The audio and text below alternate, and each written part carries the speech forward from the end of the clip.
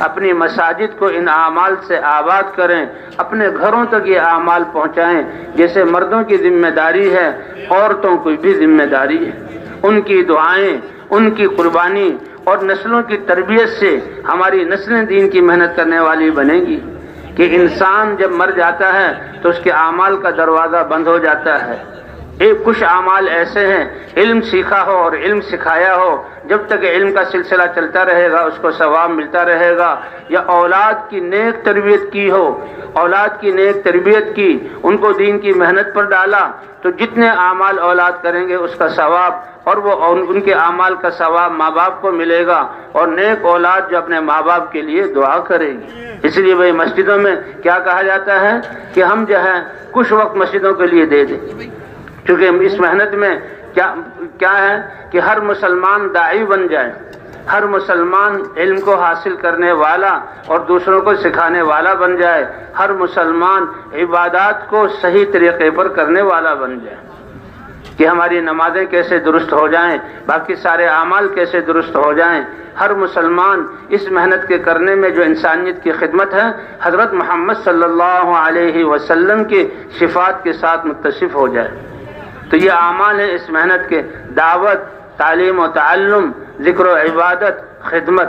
ہر صحابی داعی تھا، ہر صحابی حضور سے علم حاصل کر کے آگے منتقل کرنے والا تھا، ہر صحابی عبادات کو اعلیٰ طریقے پر ادا کرنے والا تھا، اور ہر صحابی حضور صلی اللہ علیہ وسلم کی صفات کا پرتو اور حضور صلی اللہ علیہ وسلم کی صفات والا تھا۔ تو ہر مسلمان یہ اعمال کرنے والا بن جائے۔ تو ان اعمال پر امت کو لانے کے لیے اپنی مسجدوں میں ہمیں مضبوط جماعت بنانی ہوگی، اور مسجدوں میں بیٹھ کر پورے عالم کو سامنے رکھ کر مشورہ کرنا ہوگا، اور مشورے میں تقاضوں کو سوچنا ہوگا۔ تو بھائی اپنی اپنی مسجدوں میں جا کر ہم اپنے آپ کو اس کام سے مربوط کر دیں۔ تو مسجدوں میں مشورہ ہو، اور اس مشورے میں جو سارے عالم کو سامنے رکھ کر ان کی فکر پر اللہ تعالیٰ ان پر بھی محنت کی راہیں کھولیں گے، اور ان کے اعمال کا اثر اللہ پورے عالم پر ڈالیں گے، اور قیامت تک یہ سلسلہ چلے گا۔ عقل مندی تو یہی ہے کہ محنت کو ایسے ہم کر کے جائیں کہ ہمارے بعد یہ سلسلہ چلتا رہے اور قیامت تک چلتا رہے، اور ہماری کمائی ہوتی رہے۔ اس لیے بھائی ہر مسجد میں مشورہ ہو، اور تقاضوں کو پورا کرنے کے لیے کم از کم 2.5 گھنٹے تو ہم دے دیں۔ جی ہاں، روزانہ کون سی تجارت ہے، کون سا زمیندارہ ہے، کون سی ملازمت ہے جو ہفتوں بعد مہینوں بعد ہم کرتے ہیں وہ چلے۔ تو اس لیے وہ گشتیں کرنی ہیں، اور روزانہ کے اعمال میں فضائل کی تعلیم ہے۔ یہ فضائل اللہ کے وعدے ہیں کہ کام بنے گا کن اعمال سے، کیسے کام بنے گا۔ یہ فضائل کی طاقت ہے۔ آج کروڑوں انسان اللہ کے دین کے لیے نکلے ہوئے ہیں، اور یہ نقل و حرکت چالو ہے، کیونکہ اللہ جو احکام دیتے ہیں وہ براہ راست آرڈر کے طور پر حکم نہیں دیتے، بلکہ اللہ اس کے فضائل بتا کر کہ ایمان اعمال والوں کو ہم عزت عطا فرمائیں گے، ایمان اور اعمال والوں کو پاکیزہ زندگی عطا فرمائیں گے، ایمان اور اعمال والوں کو آخرت میں ہم جنت اور کامیابی عطا فرمائیں گے۔ اس لیے یہ ہماری حاجت ہے، روزانہ مسجد میں بھی فضائل کی تعلیم ہو، اور روزانہ گھر میں بھی فضائل کی تعلیم ہو، گھر کا ماحول بھی ہمارا دین کی محنت والا، اور بچہ بچہ حضور کی فکر والا بن جائے، اس کا اہتمام کرنا۔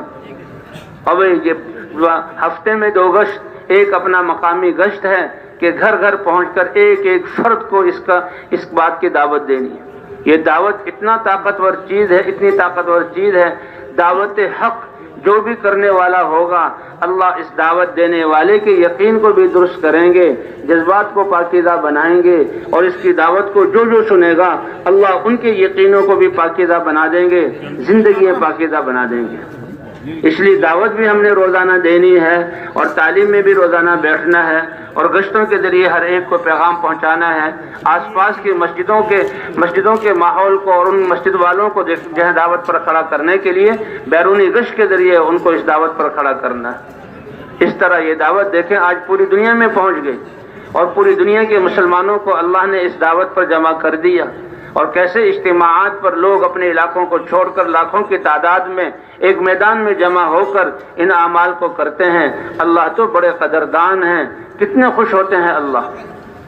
وہ تو آتا ہے حدیث میں کہ حضور صلی اللہ علیہ وسلم اپنے گھر سے باہر تشریف لائے، تو کچھ لوگ بیٹھے ہوئے کوئی عمل کر رہے تھے، حضور صلی اللہ علیہ وسلم نے صحابہ سے پوچھا کس لیے بیٹھے ہو؟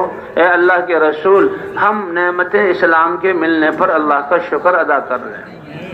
اور بھائی شکر کرنا یہ اللہ کو بہت پسند ہے۔ ہاں، وَإِذْ تَأَذَّنَ رَبُّكُمْ لَئِن شَكَرْتُمْ لَأَزِيدَنَّكُمْ، مادی نعمتیں ہوں، روحانی ایمانی رحمتیں ہوں، ان پر اللہ نعمتیں ہوں، اللہ کا شکر ادا کرو گے تو اللہ نعمت کو بڑھا دیں گے۔ اس لیے نیند ملی اس کے بعد الحمدللہ، کھانا کھایا اس کے بعد الحمدللہ، کپڑے پہنے تو اس کے بعد الحمدللہ، سواری پر سوار ہوئے تو سبحان الذی سخر لنا، اس پر اللہ کے حمد اور اللہ کی پاکی، کیا پاکیزہ دعائیں ہیں۔ تو اس لیے اے اللہ کے رسول، ہم نعمت اسلام کے ملنے پر اللہ کا شکر ادا کر رہے ہیں۔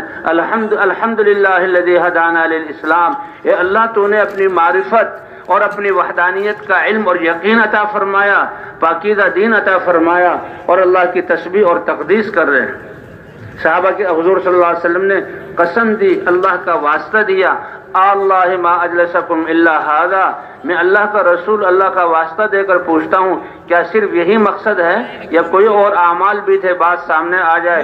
صحابہ کرام نے بھی اللہ کا واسطہ دے کر اللہ ما اجلسنا الا ھذا، اللہ کو گواہ بناتے ہیں، صرف نعمت اسلام کے ملنے پر اللہ کا شکر ادا کر رہے ہیں اور اللہ کی پاکیزگی اور اللہ کی جہاں بڑائی بیان کر رہے ہیں۔